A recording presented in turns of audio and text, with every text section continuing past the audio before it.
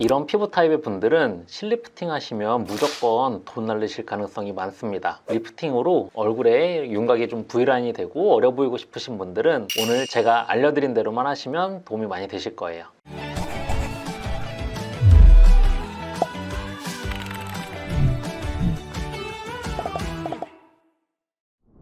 안녕하세요. 젊음의 본질을 알려드리는 피부과 전문의 김병철입니다. 우리 얼굴이 나이 들어 보이는 굉장히 중요한 이유 중에 하나가 바로 이 볼 처짐입니다. 환자분들 이렇게 진료를 받으려다 보면은 나이가 들면서 얼굴이 자꾸 울퉁불퉁해지고 볼이 처져서 좀 너무 속상하다라는 말씀들을 많이 해주세요. 그런 분들께서 많이 고려하기도 하시고 또 받아보면 좋은 시술 중에 하나가 실리프팅입니다. 그런데 실리프팅은 분명한 장점도 있지만 효과가 나타나지 않는 분들도 계실 수 있고요. 단점도 있기 때문에 이런 부분에 대해서 잘 알고 시술을 받으셨으면 좋겠습니다. 오늘은 이 실리프팅에 대해서 자세히 말씀을 드려보겠습니다. 이 실리프팅의 원리가 뭐냐면요, 녹는 실인데 돌기가 있거나 아니면 깎아서 이렇게 피부를 걸 수 있는 홈을 만들어 놓고 피부 안쪽에 실을 삽입을 해서 처진 피부를 약간 위로 잡아당겨서 고정시켜 줄 수 있는 치료가 바로 실리프팅 치료입니다. 최근에는 녹지 않는 영구적으로 가는 그런 실을 사용하는 경우는 거의 많지 않은 것 같고요. 보통 1년 정도 지나가면서 거의 대부분 녹아서 없어질 수 있는 성분의 실을 주로 사용하고 있습니다. 우리 흔히 리프팅 치료라고 하면 울세라나 써마지 같은 이런 에너지 장비를 이용해서 치료하는 것들을 많이 생각을 하실 텐데요. 울세라 같은 하이프 장비는 스마스층, 써마지 같은 고주파 장비는 이제 보통 진피층을 타겟으로 해서 탄력을 증가시키고 탄력이 좋아지다 보면은 서서히 얼굴 윤곽 라인이 좋아지고 얼굴이 리프팅되는 효과가 나타나는 그런 치료인데요. 장기적으로 봤을 때 자연스럽게 노화를 예방하고 서서히 얼굴이 리프팅이 되는 그런 굉장히 큰 장점이 있는 반면에 즉각적으로 좋아지는 효과가 조금 부족하다 보니까 빠르게 좋아지고 싶은 분들한테는 약간 아쉬운 마음이 들 수 있는 것도 사실입니다.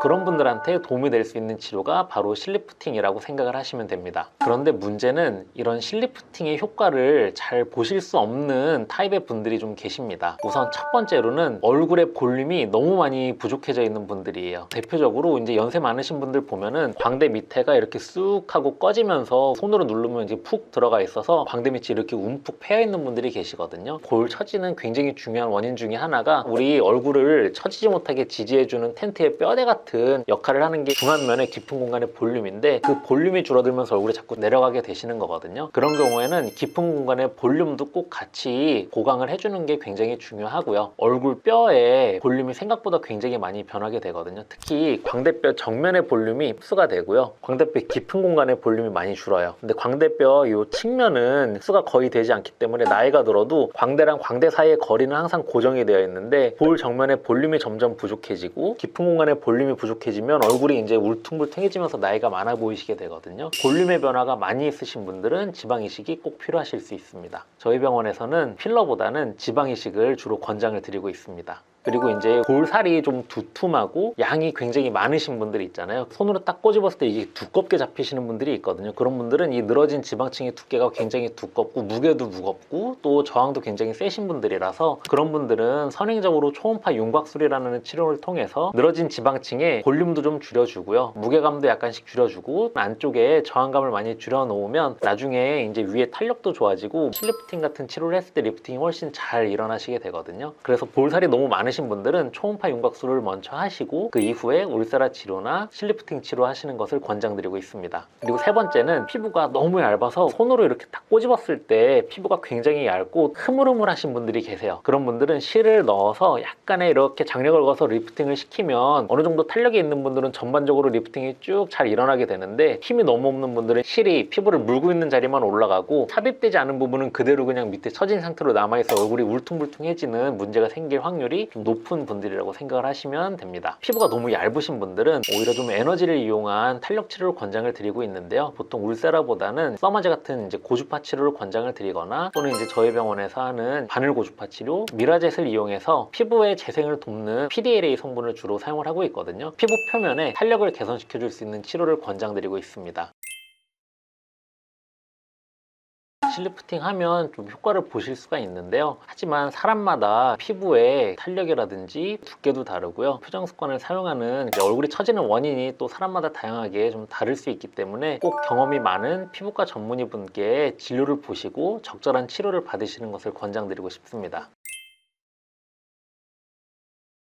네, 저희 병원에서는 보통 실리프팅이라고 하면 주로 이제 PDO 성분의 녹는 실을 사용하게 되는데요. 2가닥이나 3가닥 정도의 실을 이용해서 장력을 걸어서 늘어진 피부를 위로 잡아당기는 방식으로 실리프팅을 하게 되거든요. 근데 이렇게 장력을 걸어서 피부를 당겨 올리면 유지 기간이 굉장히 짧아요. 우리가 품을 크게 하거나 아니면 쌈 한번 크게 싸먹거나 그러면 피부를 물고 있는 그런 조직들이 이제 툭툭 끊어지면서 뽀가 금방 떨어지기도 하고, 리프팅된 얼굴이 오랫동안 유지되는 게 아니고 한 6개월에서 1년도 채 지나지 않아서 거의 대부분 다 떨어지시게 되거든요. 그래서 저는 얼굴을 이렇게 잡아당기는 방식으로 치료하는 거는 별로 그렇게 선호하지를 않고, PDO 실 중에서 조금 두껍고 콜라겐 합성을 많이 유도할 수 있는 굉장히 고정력이 강한 실이 있어요. 누운 상태가 되면은 얼굴의 피부가 위로 이렇게 리프팅이 돼서 고정이 되거든요. 그 상태에서 얼굴 한 부위에 좀 두꺼운 PDO 실을 8가닥에서 많게는 10가닥 정도를 아주 촘촘하게 넣어서 피부를 강력하게 잡아주기도 하고, 억지로 당기진 않지만 누워서 리프팅이 된 상태에서 실이 피부를 잡아주는 것만으로도 어느 정도 리프팅이 되는 효과가 나타나기도 하고요. 실이 녹아서 없어지면서 이 실 주위에 콜라겐 합성이 생각보다 굉장히 많이 이루어져서 피부 탄력이 굉장히 좋아지거든요. 탄력이 좋아진 것만큼 또 서서히 또 리프팅이 유도되기도 합니다. 그리고 처짐이 너무 많이 있어서 실제로 조금 얼굴이 리프팅이 필요하신 분 같은 경우에는 이런 엠픽스와 함께 실루엣 소프트라는 PLLA 성분의, 이 실은 녹는 시간이 조금 더 길어요. 한 1년 반에서 2년 정도 간다고 하거든요. 다만 이제 뭐 실이 좀 녹아 없어지면서 피부를 잡아주는 고정력은 서서히 당연히 없어지겠지만 조금 더 유지 기간이 길게 갈 수 있는 PLLA 성분의 실을 이용해서 얼굴을 약간 리프팅 시켜드리는 치료까지 함께 해드리고 있습니다. 제가 엠픽스 실을 이용해서 시술하는 장면을 좀 보여드릴 텐데요. 엠픽스에 대해서 조금 더 자세하게 설명을 드리자면, 이 PDO 실은 변형이 없는 비교적 안전한 실이라고 생각을 하시면 되고요. 그리고 이제 펀칭을 위아래로 이제 지그재그로 여러 군데를 찍어놨기 때문에 칼로 이렇게 실을 깎아서 돌기처럼 만들어내는 실들은 그 실이 모이는 공간에만 피부를 잡아줄 수 있는